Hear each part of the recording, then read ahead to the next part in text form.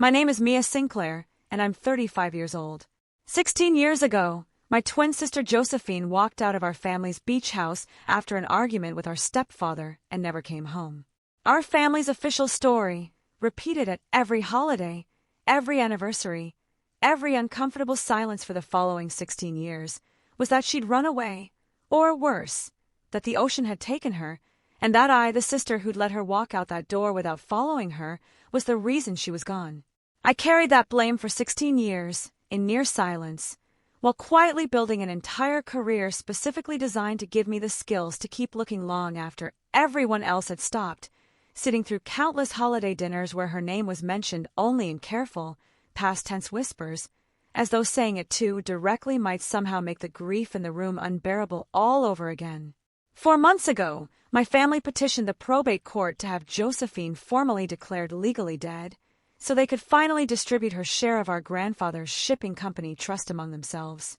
I walked into that hearing with a folder my family had no idea existed, containing proof that my sister had been alive the entire time, hidden in fear for 16 years, and a name, one very specific name, for exactly who had made sure of it. Before I tell you whose name was in that folder, if you've ever refused to accept the easy, convenient story everyone around you had already settled on, take a second and subscribe, but only if this actually means something to you. Drop a comment telling me where you're watching from tonight. I read every single one, and I promise you, I understand exactly what it costs to keep asking questions everyone else desperately wants you to stop asking. Let me take you back to where this all started, because you can't understand what happened in that courtroom without understanding the 16 long years that came before it,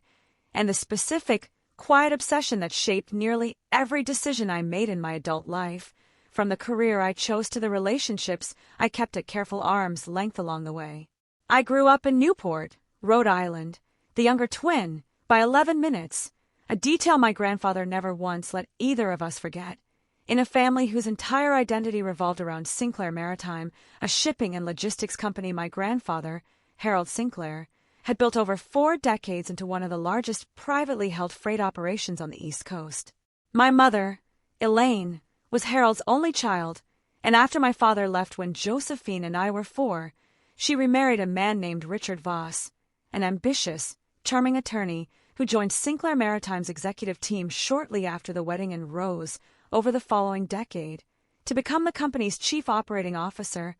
a position that placed him, by the time Josephine and I turned 19, second only to our grandfather in day-to-day operational control of the entire business. Josephine and I were, in nearly every visible way, identical, same dark hair, same pale eyes, the specific, uncanny mirroring that made strangers do a double take our entire childhood. But beneath that surface identical, we were, from a very young age, distinctly different people, and I want to describe that difference carefully because it matters enormously to everything that follows. Josephine was sharper than me in a specific, restless way, endlessly curious about the mechanics of things, forever taking apart small appliances just to understand how they worked, forever asking the one uncomfortable question in a room full of people who'd rather move past it. I was quieter, more watchful, more inclined to observe a situation fully before I ever said anything about it,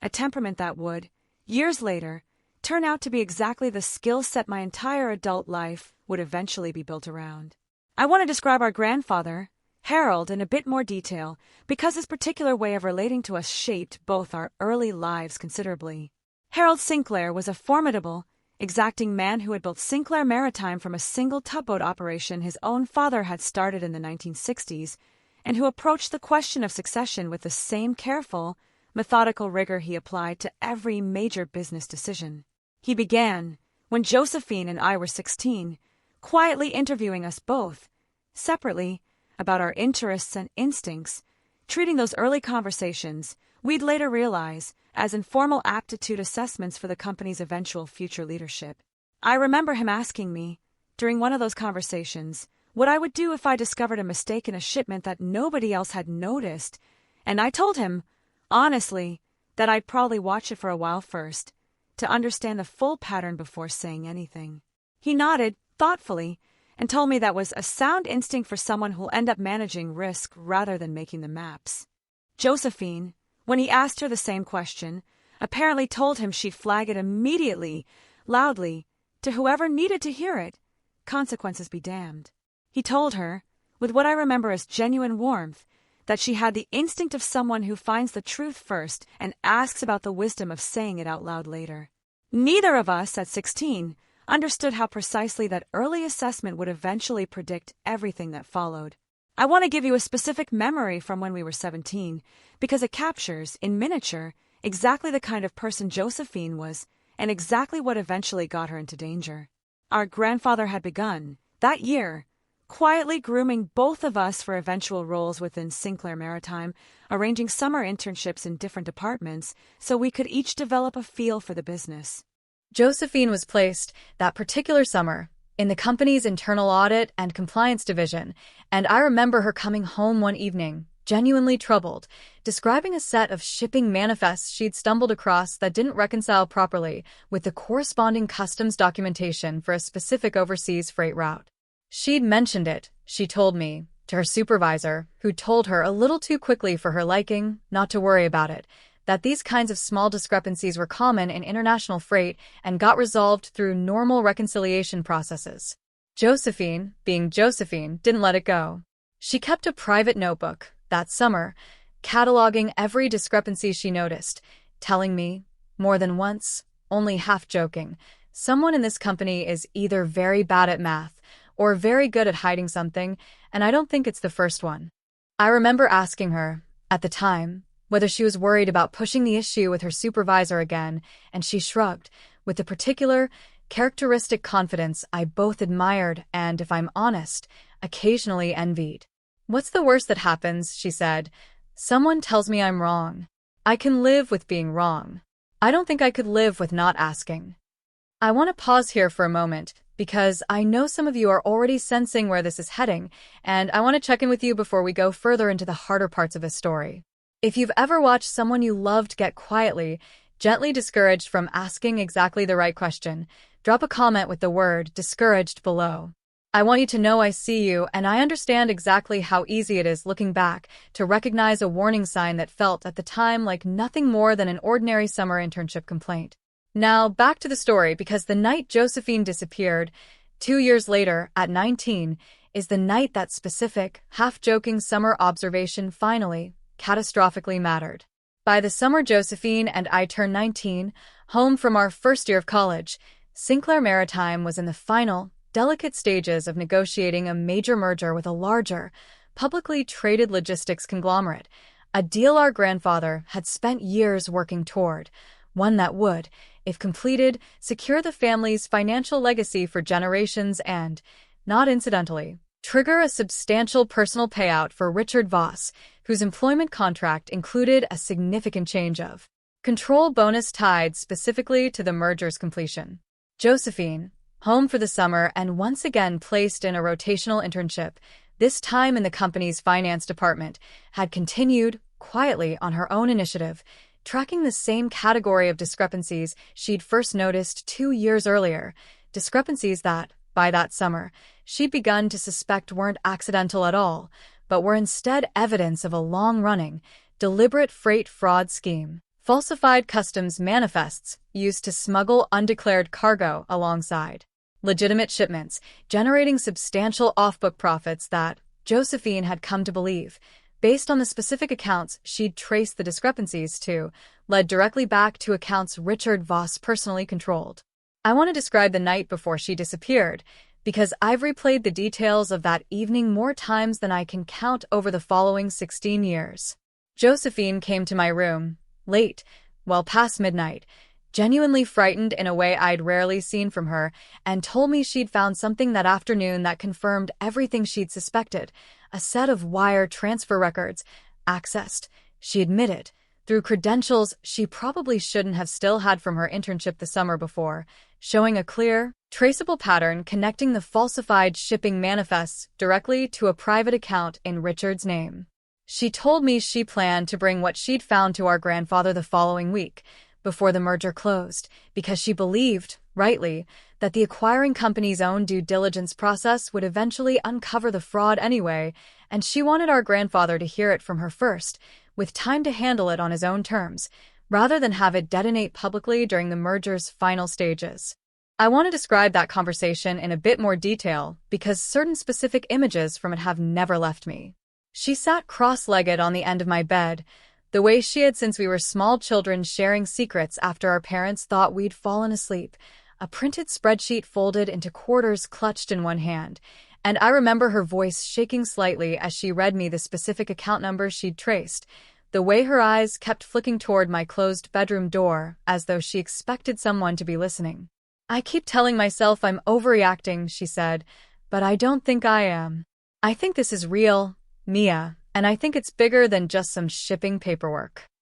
I asked her, gently, whether she was scared. She was quiet for a long moment before she answered, honestly, "A little. But I'd be more scared of not saying anything and finding out later I could have stopped something worse."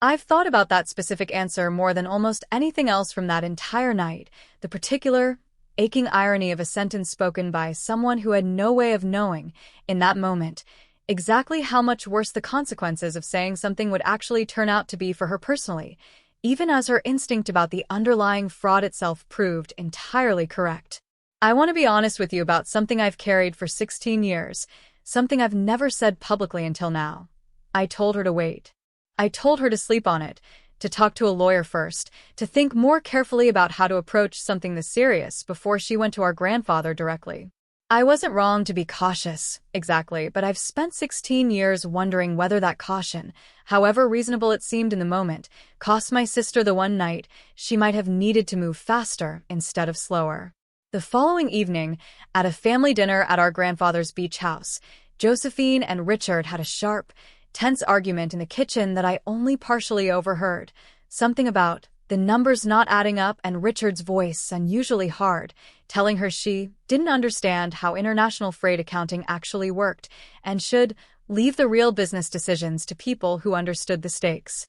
Josephine stormed out of the house shortly after, saying she needed air, needed to walk along the beach to clear her head before she said something she'd regret. I was upstairs, exhausted from an argument of my own with our mother about an unrelated matter, and I didn't follow her. I want you to sit with that detail because it's the detail my family would spend the following 16 years quietly, and sometimes not so quietly, holding against me. I didn't follow my sister out that door. By morning, she was gone, her phone left behind on her nightstand, her car still in the driveway, no trace of her found along the beach or anywhere else despite an extensive search that continued, in various forms, for nearly 2 years. Let me pause the story here for a moment because I know this is a heavy place to sit, and I want to check in with you before we move into what happened after. If you've ever carried a version of "I should have followed her out that door" for years, long after any reasonable person would tell you it wasn't your fault,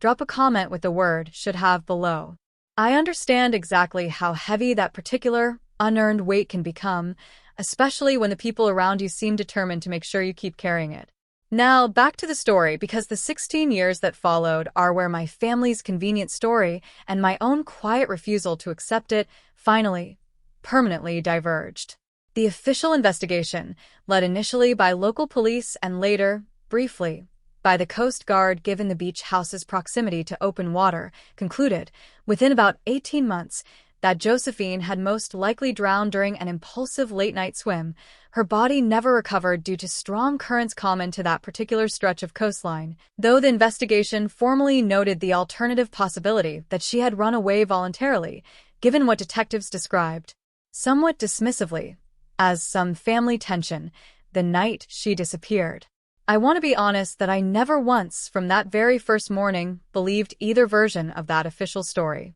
I knew my sister. I knew what she'd told me the night before. And I knew, with a specific, cold certainty that never once wavered in 16 years, that whatever had actually happened to her that night was connected directly to the wire transfer records she'd shown me, and to the conversation I'd overheard in the kitchen. I tried in the first 2 years to say this directly to my family, to my mother, to our grandfather, even cautiously to Richard himself. I was met, every single time, with a version of the same response, gentle at first, then increasingly less gentle, dismissing my concerns as an understandable but ultimately unfounded product of grief and guilt, my inability to accept a painful but simple truth. My mother, in a conversation I still remember with total, aching clarity, told me during our second Christmas without Josephine, "Mia, I know you feel responsible, and I know that's making you look for some bigger explanation, but sometimes terrible things just happen, and looking for someone to blame isn't going to bring her back." I want you to notice, carefully, the specific rhetorical move happening in that sentence, reframing my genuine, evidence-based suspicion as a psychological symptom of guilt, rather than engaging with the actual substance of what I was telling her. It was a pattern I would come to recognize, with painful clarity, repeated by nearly everyone in my family for years. Richard, for his part, expressed what appeared on the surface to be genuine grief over Josephine's disappearance, and I want to be honest that for the first several years, I genuinely doubted my own suspicion of him, wondering whether grief and guilt really were distorting my judgment the way my family kept insisting they were. It was only later, once I'd built the professional tools to examine the situation with real rigor rather than raw emotion, that I understood exactly how effectively he'd managed the narrative in those early years, positioning himself, consistently, as a grieving stepfather rather than anyone whose conduct deserved genuine scrutiny. I want to pause here for a moment, because I know some of you are wondering how exactly I moved from a grieving, dismissed 19-year-old to someone capable of building a real case 16 years later, and I promise we're getting there. But I want you to sit with this specific dynamic first, the particular, corrosive experience of having your genuine, well-founded suspicion reframed, again and again, as a symptom of your own unresolved guilt, until you start to wonder, against every instinct you actually trust, whether the people gently correcting you might simply know something about grief that you don't. If that's ever happened to you, in any context, comment reframed below. I understand exactly how disorienting it is to keep insisting on something true while everyone around you insists, with real apparent kindness, that your insistence is actually evidence of your own brokenness. Now, back to the story, because the decade that followed my sister's disappearance is where I quietly, deliberately built the exact expertise I would eventually need. I finished college at 21, in a state of grief and suspicion I didn't yet have any productive outlet for, and I want to be honest that the following several years were genuinely difficult ones, marked by a slow, painful estrangement from my family that neither side ever formally announced, but that both sides, I think, understood was happening. I attended holidays. I answered calls. But the specific warmth that had once existed between us had curdled, permanently, into something more like careful, distant civility, punctuated by the occasional moment where someone, usually my mother, would gently suggest that perhaps it was time for me to find some peace and stop dwelling on a tragedy everyone else had, in her words, found a way to live with. At 23, drawn by an instinct I didn't fully understand at the time, but that makes total sense to me now, I enrolled in a graduate program in forensic investigation and criminal justice, eventually specializing in a niche field that would prove, over the following decade, to be exactly the expertise I needed: cold case reconstruction and financial forensics, the specific discipline of building a credible, evidence-based case out of old, cold, seemingly unrecoverable information. I want to be honest that I didn't consciously choose this field because of Josephine. Not at first. I told myself, for the first year or two, that I simply found the work intellectually compelling. It was only later, sitting in a seminar on reconstructing financial fraud from incomplete records, that I finally admitted to myself what I'd actually been building toward the entire time. I built a genuinely successful career over the following decade, working first for a regional financial crimes unit, then transitioning, at 29, into private cold case consulting, building a reputation specifically around cases other investigators had given up on: missing persons cases gone cold, financial fraud buried under years of deliberately obscured records, the exact kind of patient, methodical reconstruction work that most investigators, working under real-time pressure and limited resources, simply didn't have the time or the specialized training to pursue as thoroughly as I'd learned to, and that most families, understandably exhausted by years of dead ends, had long since stopped expecting anyone to actually attempt on their behalf. I want to tell you about one specific early case because it's the moment I understood, with total clarity, that I'd built exactly the right tools for the search I'd actually been conducting quietly my entire adult life. even before I was fully willing to admit that to myself out loud. At 28, I was hired to help reconstruct a 15-year-old missing persons case in a different state entirely. A young woman who disappeared amid suspected, but never proven financial fraud within her own family's business. I solved that case within 4 months, using financial forensics techniques to trace a pattern of falsified records back to a family member who had,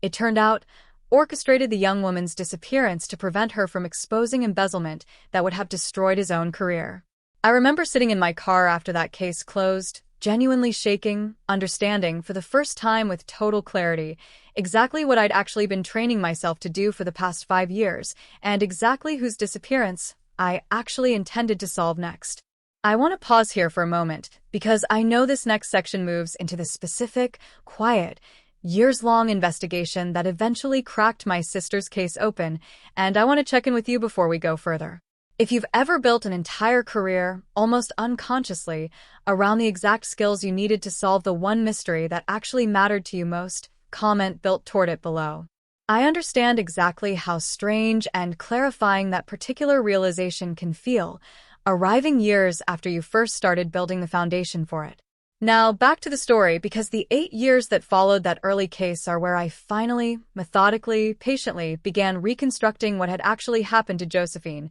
one carefully sourced document at a time. I want to be honest that I conducted this investigation almost entirely in secret, telling no one in my family that I was actively working the case, both because I no longer trusted their reaction to it, and because I understood, with real professional clarity, that if Richard Voss had genuinely been involved in whatever happened to my sister, the single most important advantage I had was his continued belief that I had, like everyone else, eventually accepted the official story, settled quietly into grief, and stopped being any kind of threat to whatever he believed he'd successfully buried 16 years earlier. I worked the case in the margins of my actual paying work over years, slowly reconstructing Sinclair Maritime's financial records from the period surrounding Josephine's disappearance, using legal, publicly available corporate filings, archived shipping manifests I obtained through careful, patient records requests, and financial forensics techniques that hadn't existed, in their current sophisticated form, at the time of the original investigation 16 years earlier.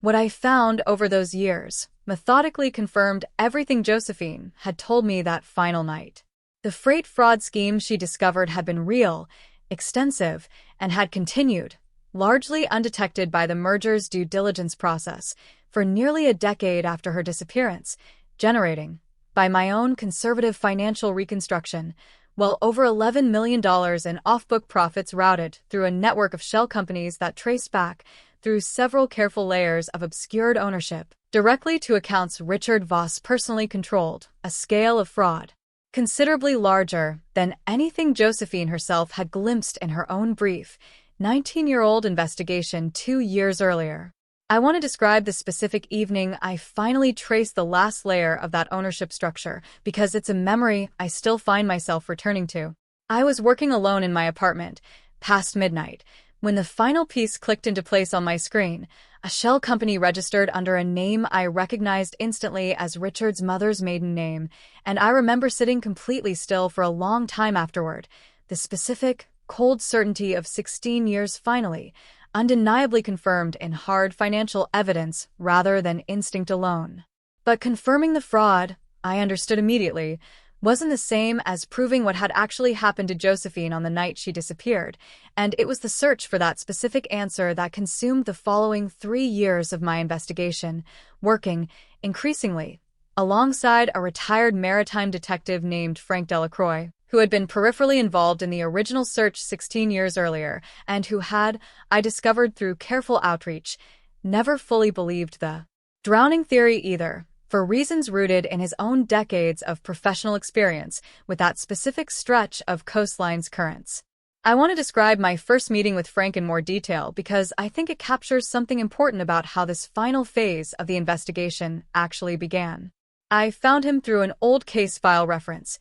retired for nearly a decade by the time I tracked down his address, living alone in a modest house not far from the original search area. I remember sitting at his kitchen table, laying out 8 years of my own financial forensics work, half expecting him to dismiss me the way so many others had, as a grieving sister chasing a theory rather than following evidence. Instead, he listened for nearly 3 hours without interrupting, and when I finished, he got up, without a word, and returned with a small, battered case file of his own, his personal, informal notes from the original investigation, including a detailed account of the specific title and current conditions on the night Josephine disappeared, conditions that, in his professional judgment, made an accidental drowning considerably less statistically likely than the official report had ever fully acknowledged. I never believed it, he told me, quietly, but I didn't have anything solid enough to push back on, and by the time I might have,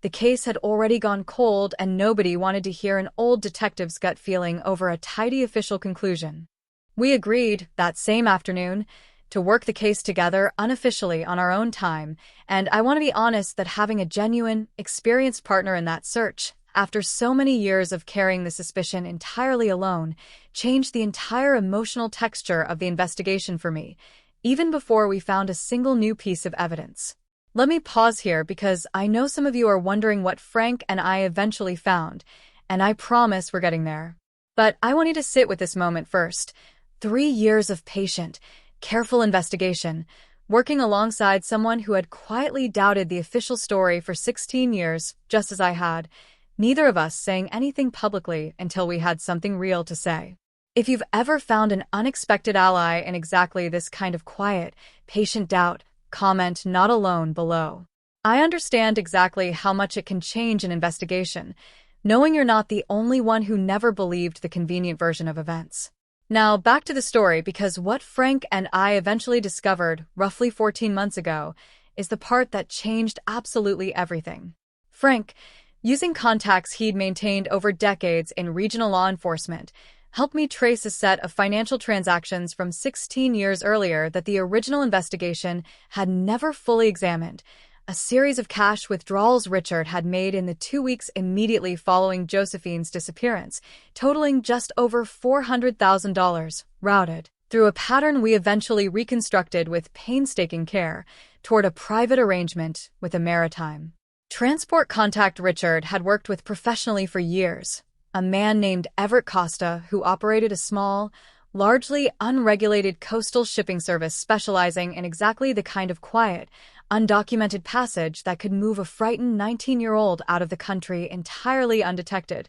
if the price and the motivation were both significant enough. I want to describe as carefully as I can the specific, disorienting shock of realizing 14 months ago that we might not be investigating a murder at all, but something else entirely, the possibility, suddenly, genuinely plausible for the first time in 16 years, that my sister might actually still be alive, hidden somewhere, for reasons that had everything to do with fear rather than death. I remember sitting across from Frank at his kitchen table the night that possibility first became real, both of us staring at the same set of financial records for a long, silent stretch, neither of us quite willing to say the word, alive, out loud first, as though naming the hope too soon might somehow cost us the chance of it being true. Frank, with his decades of investigative caution,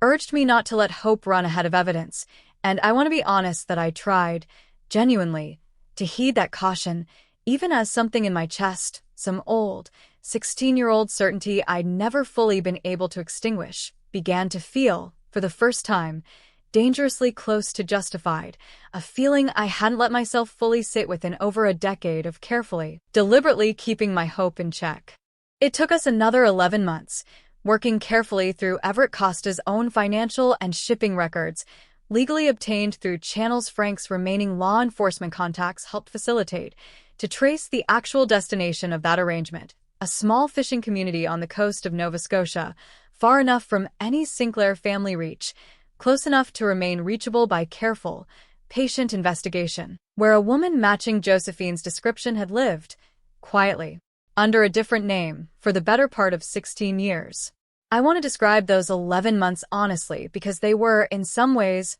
the hardest stretch of the entire investigation, not because the work itself was more difficult than what came before, but because hope, once it becomes genuinely plausible after 16 years of grief, turns out to be its own particular kind of exhausting, a constant, low hum of anticipation I had to learn to carry alongside the careful, evidence-based discipline the work still required of me every single day. I want to describe the day I finally found her, because I don't think I will ever, for the rest of my life, be able to fully put into words what that specific moment actually felt like. I flew to Nova Scotia alone, deliberately, not wanting to risk any premature exposure that might frighten her into disappearing again before I had the chance to explain everything I'd spent 16 years building toward. I found the small fish market where she worked, according to Frank's careful surveillance, and I stood outside it for nearly 20 minutes before I found the courage to actually walk in. When she looked up from behind the counter, older, her dark hair now cut shorter than I remembered, a small,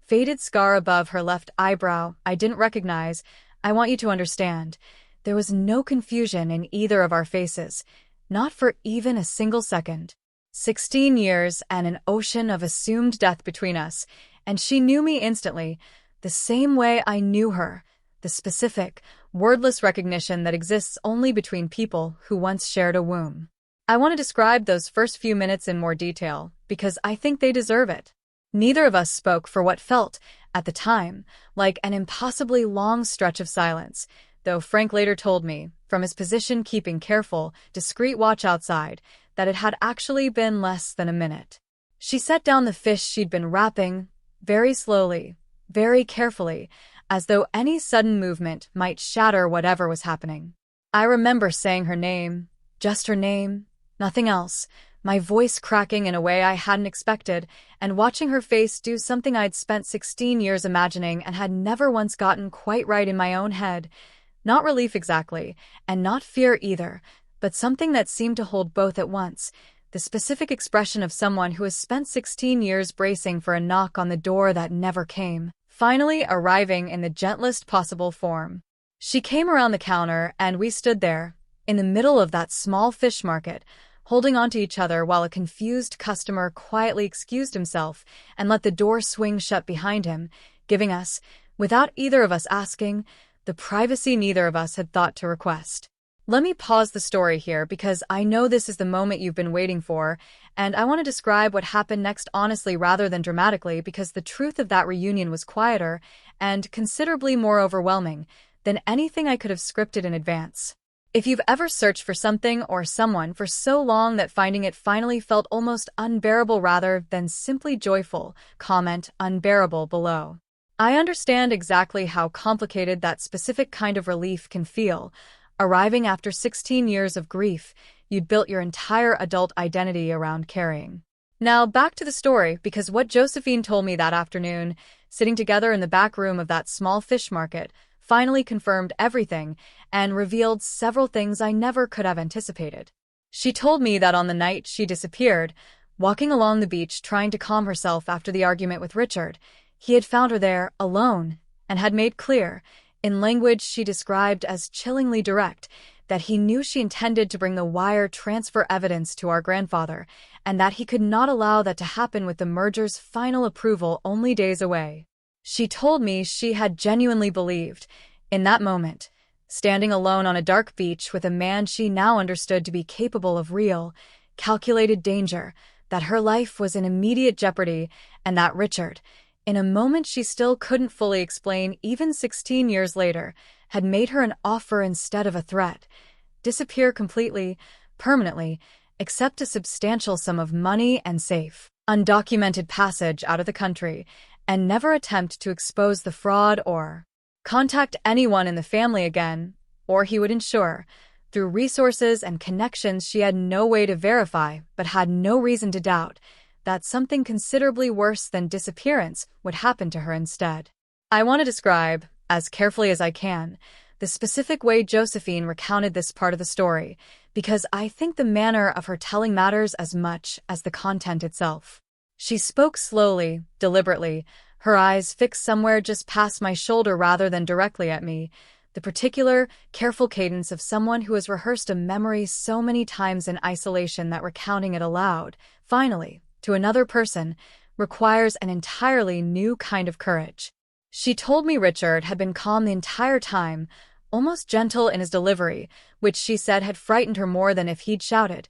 because it told her, clearly, that he had already thought this through, that this wasn't a panicked reaction but a considered, available option he'd apparently kept in reserve for exactly this kind of contingency. He made it sound almost reasonable, she told me, like he was doing me a favor by giving me a choice at all. She told me she had spent the following 16 years genuinely, deeply afraid, believing, based on what Richard had told her that night, that any contact with our family, any resurfacing at all, would put not just her own life, but potentially mine in danger as well, an ambiguous threat she had never been able to fully resolve in her own mind, and that had kept her silent and hidden for far longer than she now believed, with clearer eyes, had ever actually been necessary. She told me, with a specific grief that mirrored my own 16 years of guilt, that she had thought of me every single day, had wanted desperately to reach out, and had talked herself out of it, year after year, terrified that doing so would somehow put me in the exact danger Richard had once threatened. I want to tell you honestly what we decided to do next, because I think the decision itself matters as much as the discovery did, and because I think it says something important about the kind of justice we were actually trying to pursue, rather than the kind of quick, satisfying confrontation a less careful version of this story might have reached for instead. We spent nearly 2 months together in Nova Scotia, slowly, carefully rebuilding a relationship across 16 years of separate, unimaginably different lives, while I worked with Frank and, eventually, a careful, discreet attorney named Petitioned, who specialized in exactly this kind of complex, high-stakes family and criminal matter, to build a complete, legally sound case combining Josephine's own testimony with the full financial forensics reconstruction I'd spent 8 years assembling. Let me pause here one more time because I know some of you are wondering exactly how this all finally came to light publicly, and I promise we're getting there. But I want you to sit with this moment first.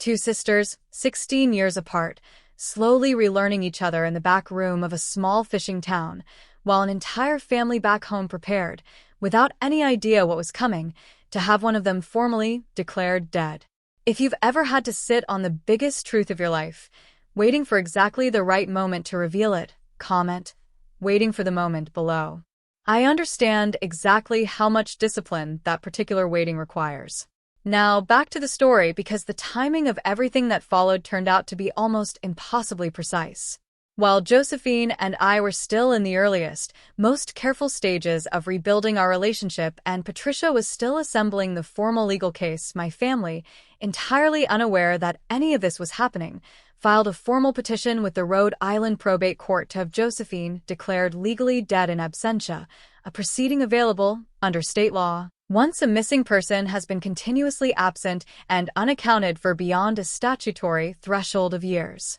I want to be honest about how it felt to learn of that petition, forwarded to me almost by accident through a family friend who assumed, reasonably, that I would want to know. My family, it turned out, was not seeking closure. They were seeking access to Josephine's substantial, still untouched share of our grandfather's trust, our grandfather himself having passed away 6 years earlier, leaving Josephine's share held in a continuing trust specifically because Rhode Island law, absent a formal declaration of death, prevented its distribution to anyone else. 16 years of grief, in other words, had apparently curdled, for at least some members of my family, into a considerably more mercenary kind of patience. Patricia and I made a deliberate decision, once we learned of the petition, not to intervene early or quietly. We decided, instead, that the formal hearing itself, scheduled for a Thursday morning 8 months ago, was exactly the correct venue to reveal everything at once: Josephine's survival, the full financial forensics case against Richard, and Frank's carefully documented investigation, in a setting with the full legal authority to act immediately and decisively on what we presented. I want to pause here because I know this is the moment you've been waiting for, and I want to describe it honestly rather than dramatically because the truth of that courtroom was quieter and considerably more devastating to watch than anything scripted could have been. My mother, Richard, and Richard's now adult son from an earlier relationship sat together at the petitioner's table, along with their attorney, clearly expecting a brief, procedural hearing given the overwhelming statutory time that had passed. I sat alone, At the opposing table with Patricia, having deliberately not told my mother I intended to appear, wanting the moment of Josephine's revealed survival to land with its full, unmanufactured weight. Patricia opened by formally contesting the petition, informing the court, with careful, measured precision, that the missing person in question was not, in fact, deceased, and was prepared to testify to that fact in person. I watched my mother's face in that exact moment, and I want to describe it as precisely as I can, because I've thought about it many times since, a specific, visible collapse of an assumption she had carried, genuinely and painfully, for 16 years, colliding all at once with a hope so large and so sudden that her hands, I noticed, began visibly shaking before she'd even fully processed what Patricia had said. Richard's face, by contrast, went through something entirely different, a slower, colder recognition, the particular expression of a man realizing, in real time, that the one outcome he had spent 16 years believing was permanently, safely behind him had just, impossibly, resurfaced in a courtroom he had no way to control. I want to describe one more detail from that exact moment, because I think it matters.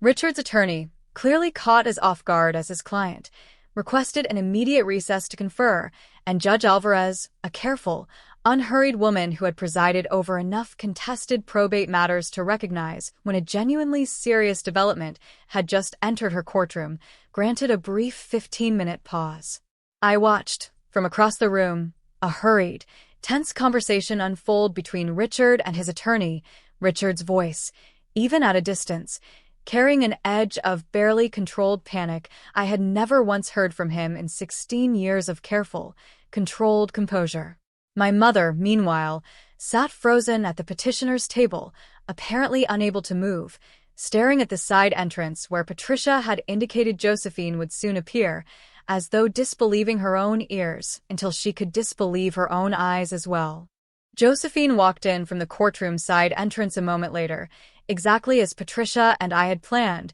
and I want to tell you honestly that the sound my mother made, seeing her daughter alive for the first time in 16 years, is not something I will ever be able to fully describe, a sound that was not quite a sob and not quite a scream, something older and more total than either, the sound, I've come to believe, of 16 years of grief and guilt finally,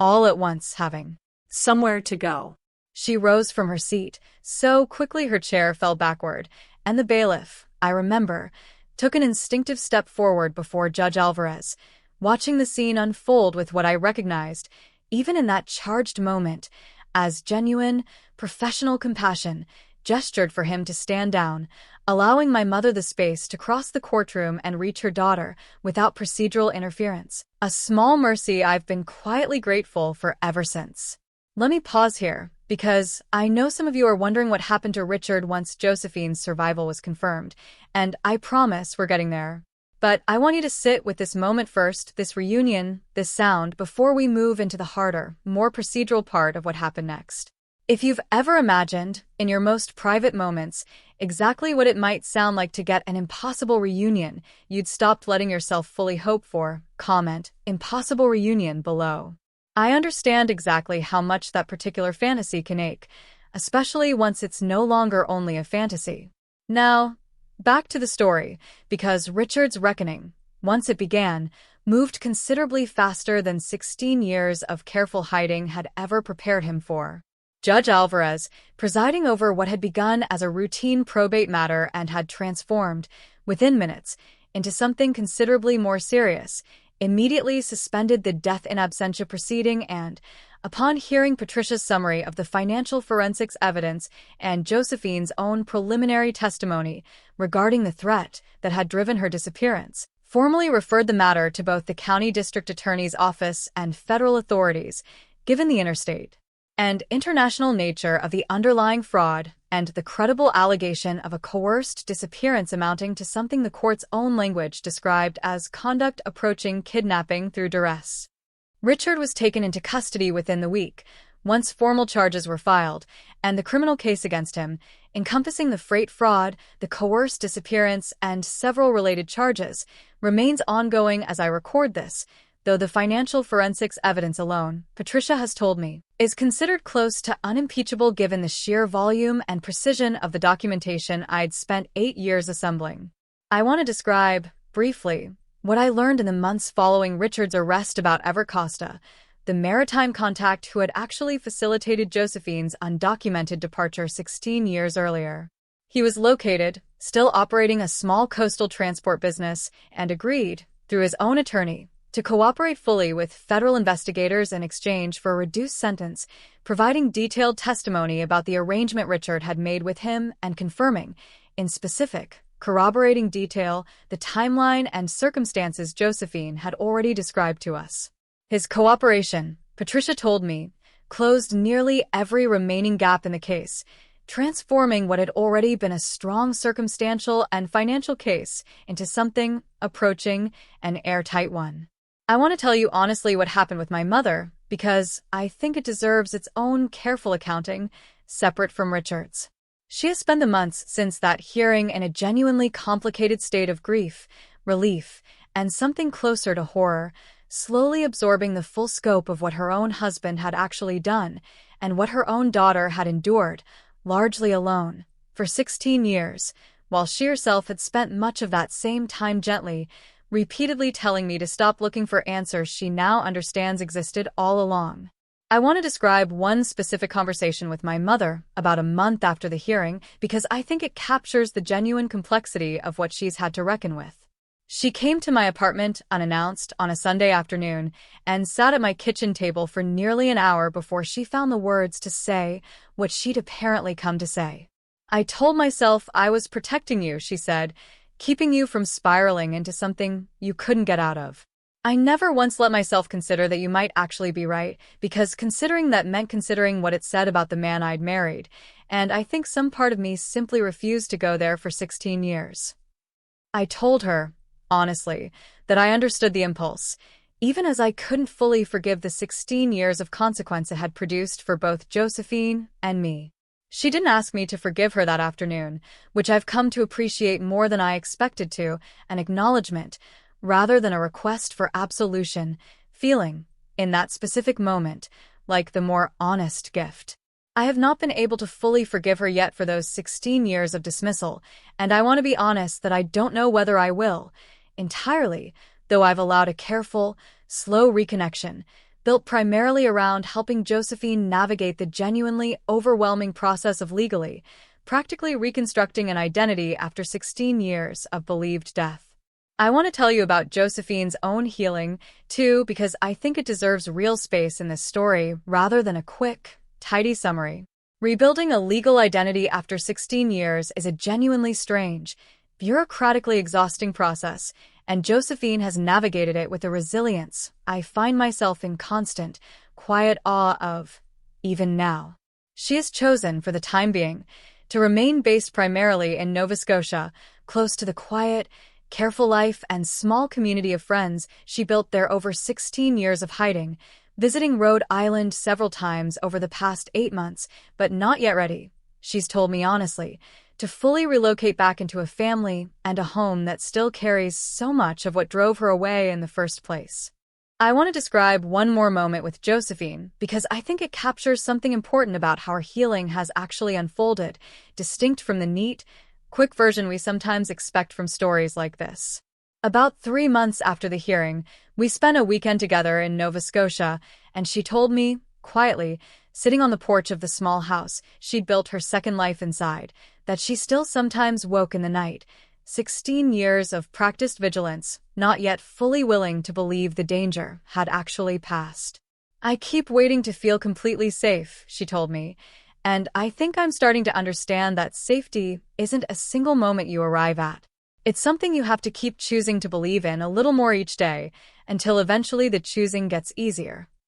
I didn't have a tidy response to that. I simply sat with her, on that porch, the ocean she'd once feared enough to disappear across now visible and calm in the distance, and let the silence between us be its own form of understanding. I want to tell you about my own life now, too, because I think it matters as much as the resolution of the case itself. I still run my cold case consulting practice, and I found,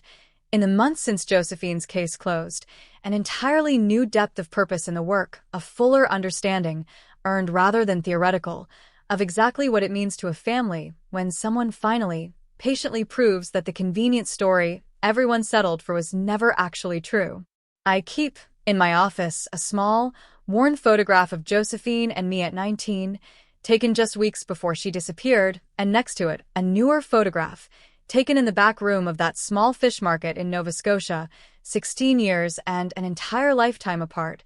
two women who still, unmistakably, share a face, though everything else about us has changed in ways neither of us could have imagined that final night on the beach. I want to describe those two photographs a bit more, because they sit together on my office shelf in a way I find myself returning to often. The first, taken at 19, shows two girls in matching sundresses, laughing at something just outside the frame, entirely unaware of what the following weeks would bring. The second, taken 16 years later in the back room of that small fish market, shows two women whose faces still mirror each other with the same uncanny precision, but whose eyes, I notice every time I look at it, carry two entirely different decades of accumulated experience.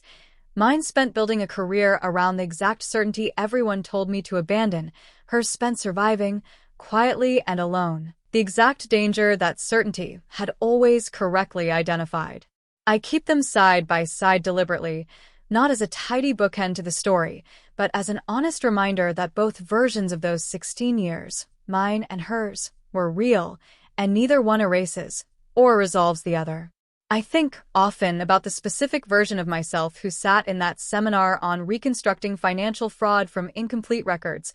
all those years ago, finally admitting what I'd actually been building toward the entire time. I don't know that I would have believed, in that moment, that the search would take another decade, or that it would eventually require flying alone to a small fishing town in Nova Scotia, or that it would end, finally, in a probate courtroom rather than anywhere I might have imagined during those first raw, disbelieving months after Josephine vanished. I think that's the part of this whole experience I've come to value most, more than the vindication itself. The proof that patient, methodical work, sustained over years longer than most people would ever think to sustain it, can eventually recover a truth that an entire family, an entire official investigation, had long since agreed to consider permanently lost. If you take one thing from the story, let it be this: the people who work hardest to convince you to accept the easy, convenient explanation for a painful loss are not always doing so out of kindness, however gentle their language might sound. Sometimes, they are protecting something considerably more calculated than your own peace of mind. I spent 16 years being told, repeatedly, gently, that my refusal to accept my sister's death was a symptom of unresolved guilt rather than sound instinct. I was right the entire time, and it took 16 years of patient, methodical work to finally prove it, in the one room with the actual authority to act on what I'd found. I want to leave you with one final thought, because I think it matters more than any single detail of the courtroom reveal itself. For 16 years, I carried a specific, lonely certainty that almost everyone around me insisted was actually a symptom of something broken in me, and I want to be honest that there were years, particularly in my early 20s, when that constant, gentle insistence nearly convinced me to set the certainty down entirely, to accept the tidier grief my family kept offering instead of the harder, more isolating truth I couldn't quite let go of. What kept me from setting it down wasn't some unshakable confidence that I'd eventually be proven right.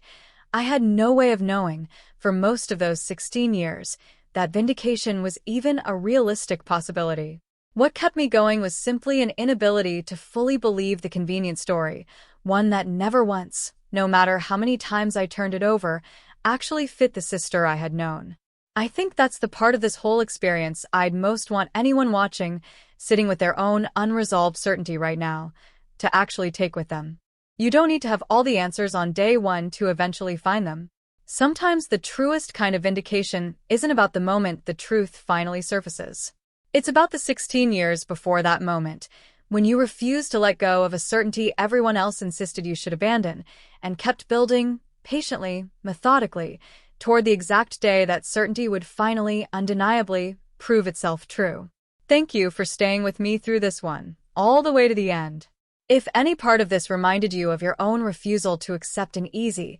convenient story, or your own long, patient search for a truth everyone else had already given up on, or your own version of a sister you never stopped believing was still out there somewhere, I'd love to hear about it in the comments. And if you want more stories like this, about missing persons, about patient investigation, about the specific, suspenseful kind of justice that finally arrives when someone refuses to stop looking, subscribe, hit the notification bell, and I'll see you in the next one.